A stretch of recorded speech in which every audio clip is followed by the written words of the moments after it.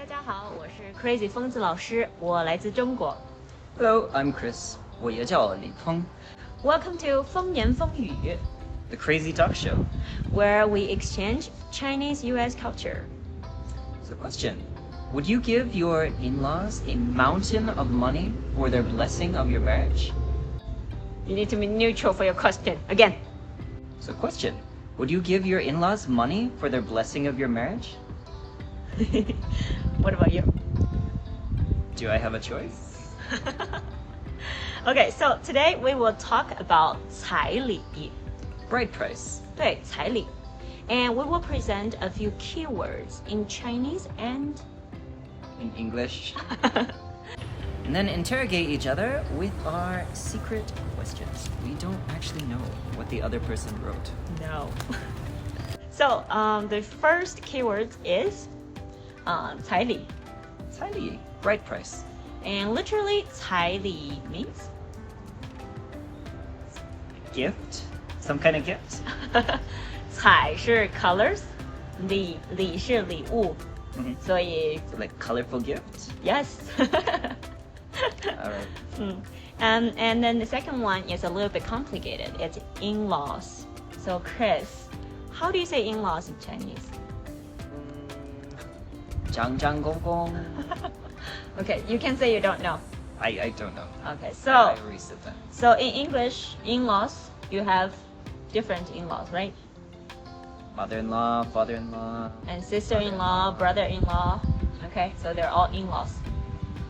But in Chinese, depending on if it's my in-law, I will call your mom 婆婆, your father 公公, and you will call my mother 丈母娘, my father 丈人. Quick quiz for you. How do I call your father? My father?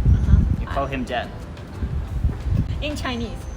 Okay, so in the US, if you actually like your like father-in-law, your parents-in-laws, you call them mom and dad usually. In Chinese, it was 丈夫 maybe. 丈夫 ren. is husband. Okay. There was a 丈. 丈人. There was a 丈 ren. 人. Okay, 丈人. Okay, there we go. 好的 next one 是习俗。习俗. 习俗。习俗. I feel like I've heard this one before. 习俗是 customs。Customs. 习俗啊，因为 bride price 彩礼是一个习俗，对吗？对的啊，好。那 Alright, so now we're going to start with the interrogation. And Chris will start, obviously. Question number 1. How much do you cost? Oh, Chris, do you really want to ask me this question? 我觉得我是无价的。无价的, so you have no price. No priceless. You have no price. You're No priceless. priceless. It's the same thing. No price, priceless. And 你how much will you pay? Do I have a choice? Like, can I negotiate about this? This is not a question to start. Okay, I don't like his question, but Alright, we'll move to question number 2. So obviously I have to pay a lot of money, but the question is, how do I pay it? Can I pay with credit card? Does it have to be in cash, gold, cows? normally you pay by cash because, well, you know, it's more how do I say this? It's more not awesome, but you know, just imagine that you're going to visit my parents, 你的丈母娘和丈人, and then you're going to bring them this pile of cash. It's more, how do you say that? It's more of a powerful, it's tangible, right? So they can take the money and be like, No, not exactly. So normally cash, but I guess today it's probably more flexible. Maybe you can pay with WeChat or Alipay or bank transfer. I don't know. I don't have much experience with this. Question number 3. Is the price the same throughout China? No, obviously not. It's kind of like a market. So the less developed the area is, the more you need to pay. 我觉得 Why would that be? I would think that if I'm in Shanghai, you know, they make millions and millions of renminbi, so I should have to pay millions and millions of renminbi. Why would I have to pay more in the countryside than where they can't necessarily afford that? 好问题，因为我觉得 bride price 彩礼 exists mainly because in the countryside, the parents who has a daughter, they don't have pension, right? So if they spend so much money brought me up, and now I'm leaving my home and get married with you, but they don't have anything, they don't have anyone to support them when they get old. So this is why, especially in the countryside, the parents will rely more on this big sum of money. I see. But in a big city, and the parents probably don't need to worry about the pensions. So some of them will do it, others will not, or depending on how much money the bride has or the groom has, they might contribute together. Interesting. Time for your questions. Oh, right. You do get to ask some too. And my questions are not like yours. 第一个是在美国有没有和彩礼差不多的习俗？ Is there anything similar to a bride price in the US? Not to my knowledge. I mean, there are lots of different ethnic groups like Chinese, Indians, whatnot in the US, so they probably do still follow some of those traditions, but to my knowledge, it's not really done, and it's actually kind of looked down upon. Like something from 1,000 years ago, like why would you still do that? Like, here, I have 2 pigs, give me your daughter, something like that. That's kind of how we see it. Like something backward. Yes, something backwards, something very almost wrong ethically.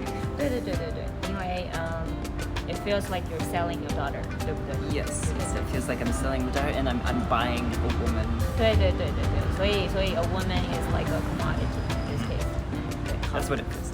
没关系。好，下一个问题是 ，since there's no similar customs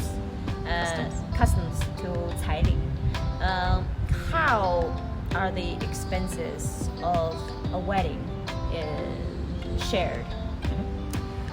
So typically, of course it depends on the family, but the idea is that the male's family, so the groom's family, they are supposed to pay for the wedding, and then the bride's family, they are supposed to pay for the reception, the part after the wedding, where you have like dancing, food, that kind of thing. And they're supposed to be about the same value. So they kind of share, like AA, Yeah. right? 对 just for you for the English audience, AA is to split the expenses. 对 okay. And do I have more questions? Yes, the last question. How much were you willing to pay? I asked you earlier, but you didn't answer. I am willing to pay the minimum that I have to pay. Okay, that's fine. We'll talk about this later. So, what about you? How much are you willing to pay for the love of your life? And we hope you enjoyed this video. And if you would like to hear about a specific topic on US or Chinese culture, drop us a line. Make sure to subscribe to learn language through culture. 我们下次见。下次见. See you next time. Sorry, see you next time. Okay. Cool. Whoa. Oh. Okay, so Chris, I actually still have a question for you about the bride price. Because there are a lot of people said that if you're not willing to pay for the bride price, it's because you don't love that woman enough. So what do you say to that?